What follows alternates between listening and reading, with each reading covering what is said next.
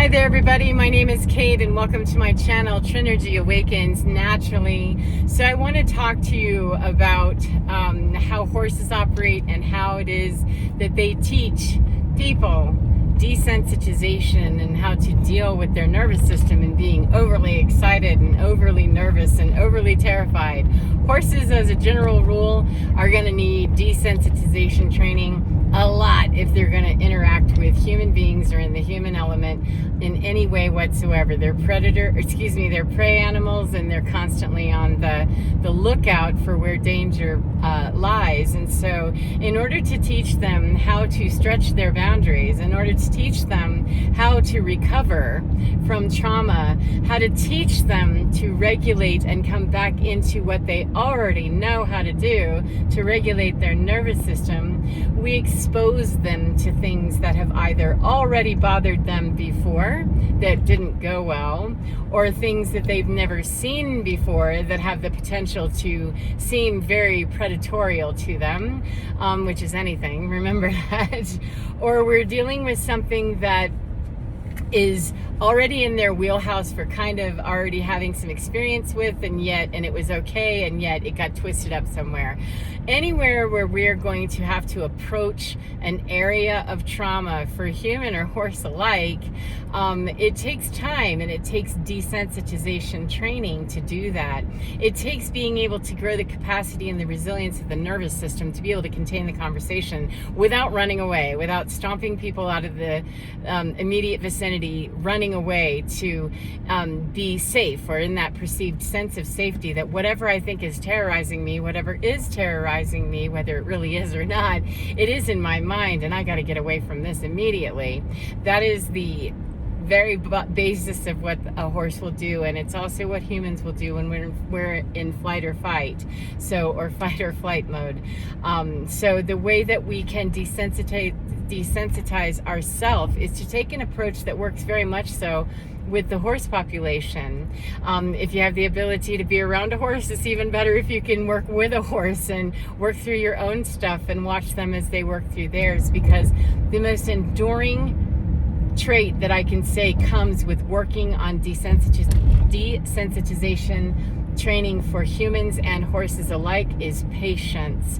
Patience with both the trauma, the initial insult, the initial injury, whatever it was. It can be an excitable nervous system in a young horse that just doesn't know how to regulate their own nervous system yet. It can be an older horse that has lots of trauma, loads of physical reminders of how those evolutions have gone in the past, and anything in between. And so with humans, we find ways to mask our behavior. We find ways to wear different roles very well, and we dress up in them, and we're able to kind of contain ourselves. Horses have that capacity kind of sort of too.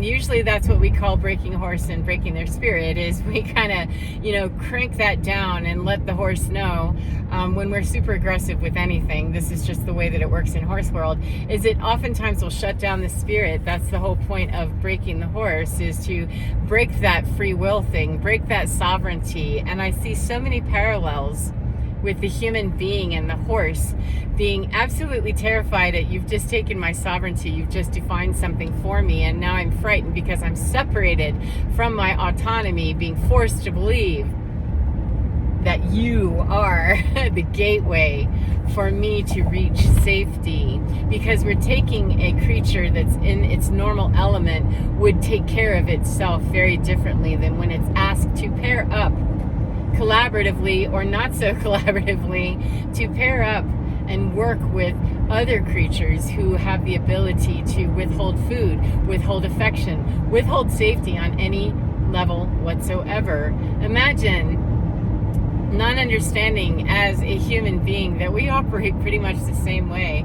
We are being motored by our fear. We're being motored by the ability of someone else to reach into our world and effectively change our status with a single stroke of a key on a keyboard somewhere, or to say something that will punch us in the gut and slow us down for the rest of our days. We're on the edge, waiting constantly for whatever predator shows up in front of me. And the truth is that when we really desensitize to what the injury is the falsehood, the lie, the bullshit that says you are not sovereign, you are not free, you need me to dictate this experience for thee. And that is absolutely not the truth. The situation is dictated by the nervous system for both horses and humans alike. That situation, no matter what it is going to be dictated by the threshold, the capacity, and the resilience of the nervous system. That's just all there is to it. If we get triggered somewhere in between, we get our worst behavior if we don't know how to deal with it.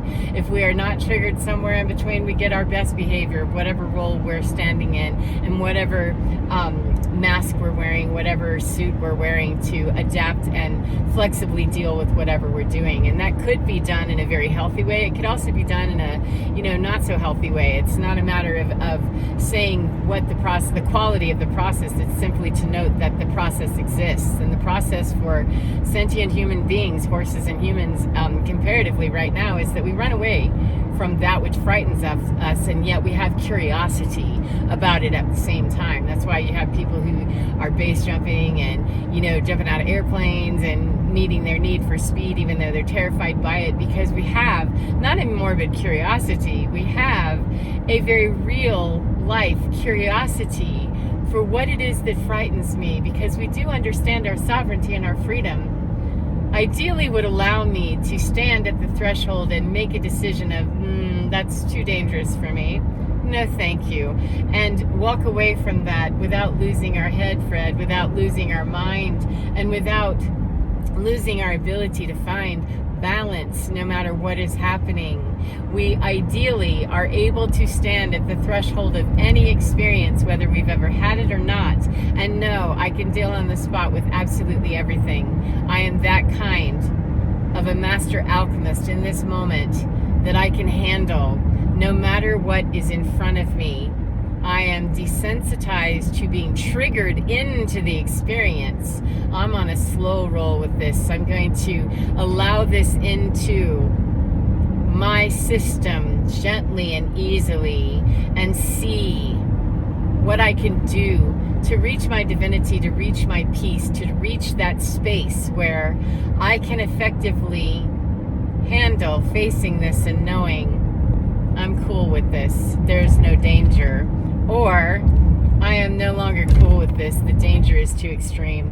When we know how to do that, when we've been carried through, walked through, hand walked, whatever it takes, and we are very gentle with ourselves, gentle with the process, and so very patient, we can find ourselves on the other side of all kinds of trauma where it will leak out in sneaky places. We don't really think it's a fear of heights necessarily. However, we might be afraid to do something else where our fear of the unknown is leaking out. We don't necessarily understand. And anywhere where we can hand walk ourselves through and allow ourselves to be gently brought to a new understanding of ourselves of, I did that. I accomplished that. I withstood the terror of what that represented to me, and it's less effective on me. And eventually we get to the point where we can stand in the presence and say, no thank you, not my bag. Or we stand in the presence and say, yes, I'm actually ready to jump out of an airplane today. Whatever it is that we're facing, we have folks that would rather jump out of an airplane than to deal with what's in their mind of the boogeyman. That we can get much better about facing our fear in an airplane. If we're jumping out, we certainly can. However, it still does not create the situation or the circumstances to desensitize from a personal matter that may bring up far more terror and need to work with the nervous system and the resilience and the capacity to hold the conversation. So what I encourage you to do is to work with yourself in a sensible way. Today we were working with horses and that are new to some of the desensitization training around noises, and we took a long stick and put some plastic bags on the end of it, because plastic bags are notorious for sending horses off into a whole other zone of frightened. It's a weird noise. It's, really rattles their sense of well-being, because there's no framework for understanding what it is. There's no reference point for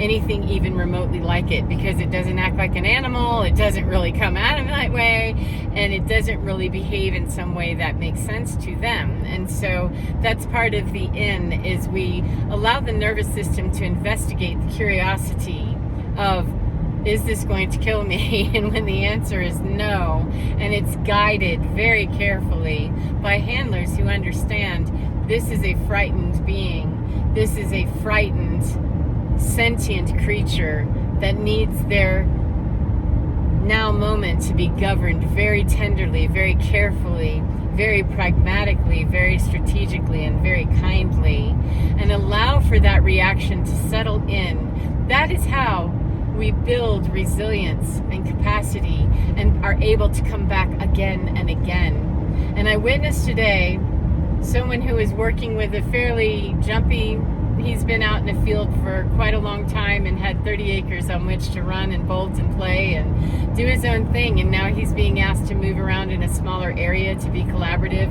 and no longer be the alpha. He's no longer the one in charge. He's been, bumped down. And so part of his resiliency training, part of his desensitization training is to learn how to not just come in and be not the alpha anymore.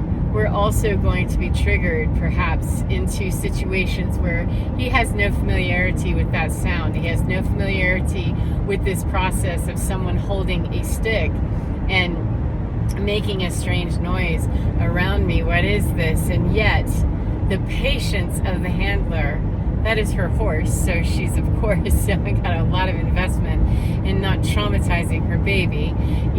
That is a beautiful thing to witness, and she took such time and was so gentle with him to verbally walk through with him, that you are safe, that you are well, all is okay, because she has managed this scene and she is helping him to reach his resilience and to grow his capacity for being able to tolerate something that's weird around me.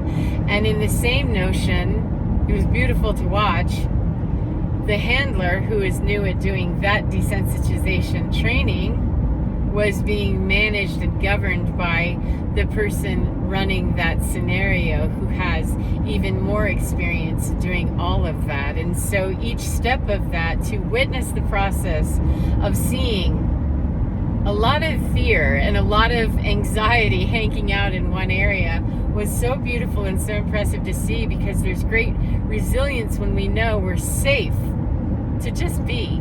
It's okay if you feel weird. It's okay if you don't understand. It's okay if it weirds you out. We can back up.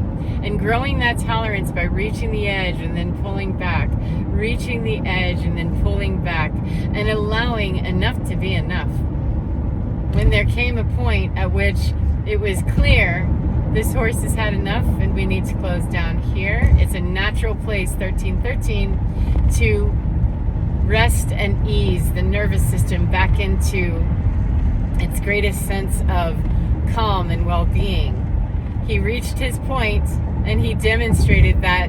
The handler caught that. The person overseeing that notated, you are very correct in what you see.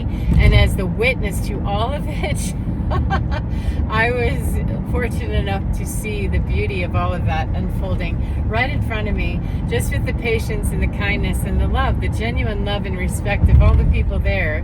The people that I was working with today absolutely passionately love one another, our friendship, our kinship, and the work that we do, and we love these horses, and they love us too.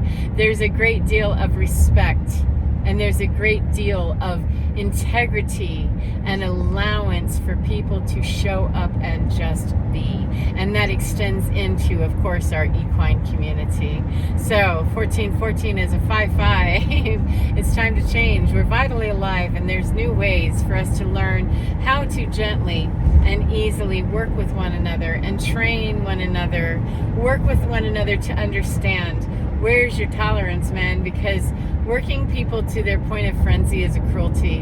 And whatever I can do to smooth out the raw and the real in people's worlds, that's what I'm after. However, not everybody plays in that way. And so dealing with my own nervous system allows me to show up clean and clear to observe exactly what is here always. So I hope that this finds you well and enjoying your day no matter what part of the day you're in. And remember to get within your skin, because you're divine. Oh my goodness, it's absolutely gorgeous and totally fine, and keeps you regulated all of the time when it's given the opportunity to do so, purely, cleanly, and pristinely, to be allowed to move at the pace it actually has the capacity to hold the conversation.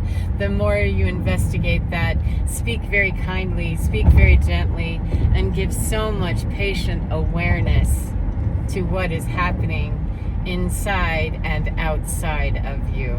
Take care of yourself, as I said, and I'll see you again, my friends. Bye-bye.